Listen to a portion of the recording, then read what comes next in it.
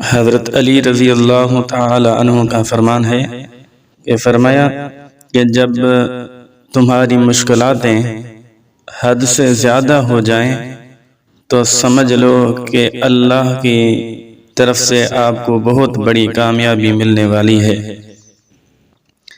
تو مشکلات اور تکالیف یہی انسان کے کامیابی کے راستے ہیں۔ دنیا میں جتنے بھی کامیاب لوگ ہیں، آپ ان کی زندگی پر غور کریں گے تو انہوں نے اپنی زندگی میں بہت ساری مشکلاتیں اور تکالیفیں انہوں نے اپنے برداشت کی ہیں۔